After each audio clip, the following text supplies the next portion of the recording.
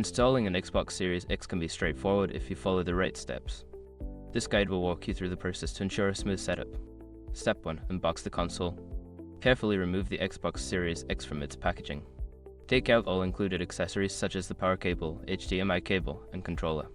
Make sure to keep the box and any documentation for future reference. Step 2. Connect to power. Locate a suitable power outlet near your gaming setup. Plug the power cable into the back of the Xbox Series X and then into the wall outlet. Ensure the connection is secure.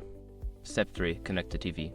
Use the HDMI cable to connect the Xbox Series X to your TV. Plug one end into the HDMI port on the console and the other end into an available HDMI port on your TV. Make a note of which HDMI port you used. Step 4. Turn on the console. Press the power button on the front of the Xbox Series X to turn it on.